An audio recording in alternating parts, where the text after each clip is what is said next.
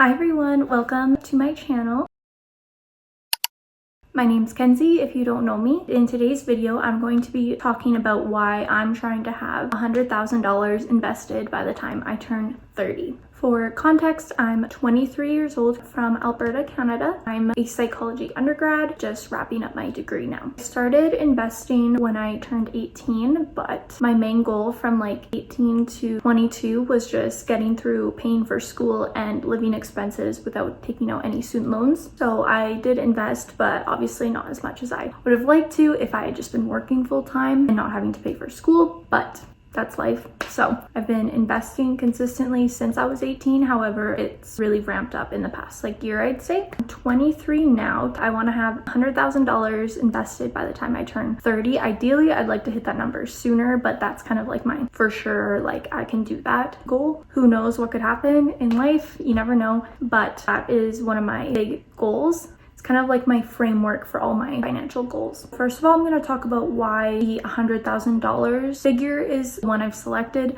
If you watch personal finance content, you probably know that's a number a lot of people focus on. Hitting that 100K mark is the hardest, and then after that, it just speeds up. And it's when you really start to gain that momentum. And the first 100K is really hard to get because you're pretty much just relying on your income and savings. You're not getting a whole lot in investment returns typically at this point, but once you reach that 100K mark, the compound interest really starts to ramp up and you get greater returns. And then that's all passive income. So you're not having to actively work and put time in for that money. It's growing all on its own. So your wealth or net worth just really starts to snowball. I've always considered myself good with money. I am very privileged to have learned financial literacy from my parents and my family. When I was 17, 18, had an internship at an accounting firm, and I actually learned a lot from my boss at the time there. And she had me read the book Rich Dad, Poor Dad, which people have different opinions on, but it just kind of opened up my mind to the power of growing wealth for yourself. I think this is really important, especially as women, because women have not been able to do this for that long. And I think financial freedom is ultimately freedom.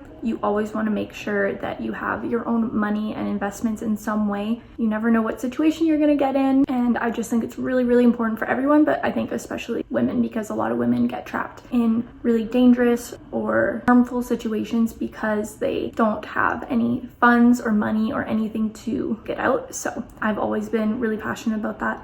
I started working when I was 16. In the last couple of years, I've really started to think about investing in a different way by realizing that time in the market is better than timing the market most of the time, because the earlier you invest, the more time your money has to grow. So your money is more powerful while you're young. So that's why I'm really trying to put an emphasis on investing while I am still young. I really want to hit that 100K invested point as soon as possible. However, I will say I am trying to maybe have a bit more balance in saving for other things, because I can't just not buy anything in my 20s. That's not sustainable. So I want to be investing sustainably and in a way where, yeah, I can keep doing it and I don't feel like it's too restrictive. And I currently have my investment goal for the end of 2025. Now, reaching that 100K invested mark early is going to hopefully give me a head start towards financial independence. And then my goal is for that to hopefully open up career options in the future, hopefully having less pressure to stay in certain jobs if I am not enjoying it, not fulfilled,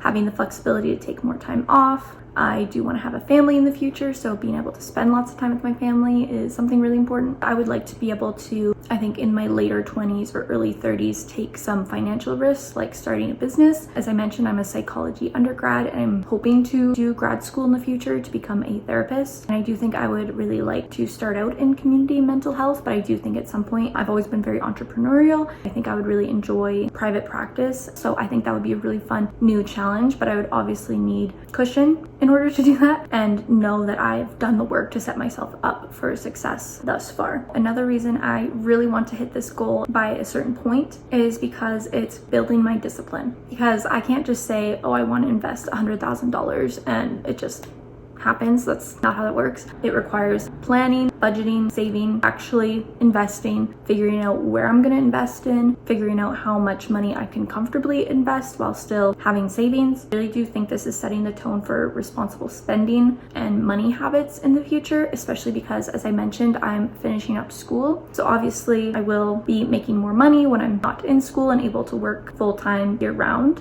And a really common thing that a lot of people face is lifestyle inflation or lifestyle creep. And that's basically where your income increases, but you're not actually saving any more money or investing more money. Your expenses and spending just increase. So I think now, while I'm on that student budget and income, learning to manage a smaller amount of money will help me in the future manage a larger amount of money. I think discipline is a muscle, and I think this also bleeds into other areas of my life. I also think it really builds self-confidence, being able to say, I have this goal, I'm going to stick to it, I'm going to plan accordingly, I'm going to do the actions necessary to hit this goal. It really does do something great for your confidence, knowing that you can keep those promises to yourself. So I would say that's like a huge mental health benefit of it as well. Another reason I want to have 100K invested, at least by the time I'm 30, is so I can hopefully have reduced anxiety during any economic downturns or any personal life changes. Again, like I mentioned, you never know what could happen. You want a cushion for yourself, because again, having that cushion is honestly freedom for yourself. Financial anxiety is something that really affects people. You always hear it's one of the main causes of divorce. It's a very prevalent mental health concern. So I try to manage my mental health in a bunch of different ways, and this is just one of the ways I do that.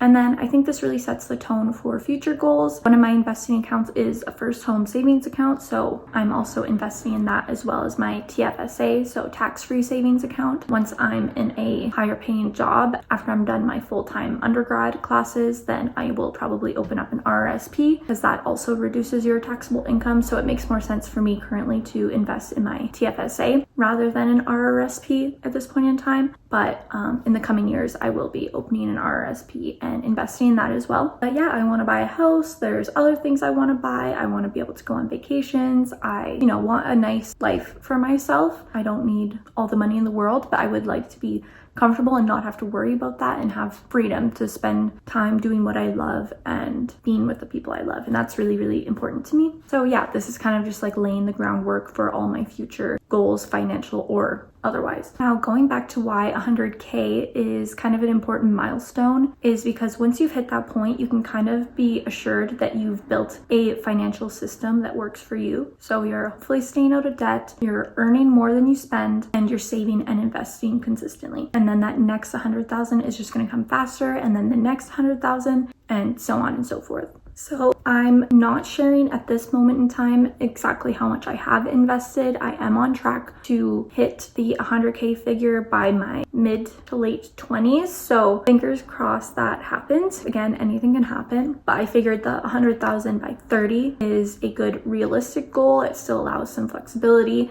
but it's also still like a great achievement. Hitting 100K invested by any age is honestly an amazing accomplishment. So another thing I want to touch on is, please do not take this video as if you're not in your early 20s or you're in your 30s, 40s, 50s, it's too late to invest, because that is not the case at all. And I don't want it to come across like that's what I'm saying. It is never too late to gain financial literacy, start saving, starting investing, budgeting, any of that. It is never too late. Anything is better than nothing. Or even if you are young and you're like, okay, that 100,000 by 30 is not going to happen, that is okay. Like, that is a lofty goal. My biggest piece of advice is just building the habit of consistently investing every month or every paycheck. It doesn't have to be a lot. It can be small amounts, but just building that habit. And then as your income increases, so does the amount you're investing. You could work off of a percentage of your income. So like 10 to 30% of your income, of course, depending on your circumstances and living expenses and all that. But yeah, I don't want this video to come across as if this is not your plan or your journey thus far that you're doing it wrong, because that is absolutely not it. I think if you consume a lot of like personal finance content, to remember like that's not the norm for a lot of people. Like, I see people that are only a couple years older than me or my age, and they already have like 500,000 invested or something like that. That's not the situation I'm in, and that's okay. It's so true. Comparison is the thief of joy. So please do not take this as you have to have the same goal, and if you don't achieve that, you're a failure. If I don't achieve that,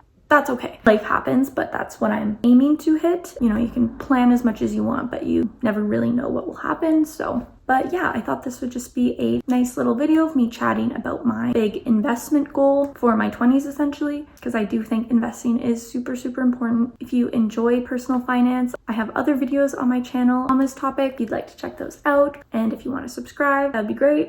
I also make videos about student life, wellness, overall beauty, lifestyle, kind of outdoorsy content. I hope you have a great day, and thank you so much for watching.